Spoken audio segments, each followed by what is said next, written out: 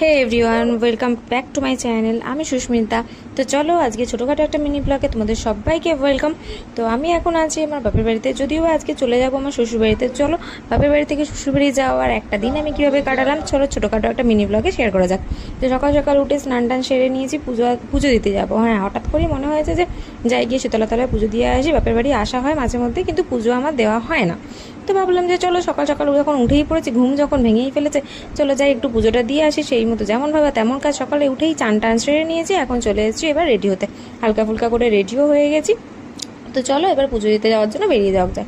বেরিয়ে চলে এসেছিলাম মিষ্টির দোকান থেকে, মিষ্টি ফিষ্টি কিনে নিয়েছি, নিয়ে এই যে শীতলা তলায় চলে এসেছি মন্দিরে পুজো দিতে। আমরা দর্শন করে নিলে, তো চলো এবার যাওয়া যাক শিব মন্দিরে। শিবের মাথায় জল ঢেলে এখন বসেছিলাম, একটু পুজো টুজো দেখলাম, ঠাকুরমশাইকে পুজো দিলাম। পুজো দেওয়া এখন আমার ফুল কমপ্লিট। তো চলো এবার বাড়ি চলে যাই। সকাল থেকে তো কিছু খাইনি, পুজো টুজো দিয়ে চলে এসেছি, একটু ফ্রেশ হয়ে নিয়েছি হালকা করে। বাইরে যা গরম পড়েছে বাপরে বাপ। তো মাকে বললাম একটু চা করে দাও, মাও চা করে দিল। চা বিস্কুট এখন খেয়ে নিচ্ছি। চা বিস্কুটটা খেয়ে নিয়ে একটু বসে ফোন ঘাঁটছিলাম।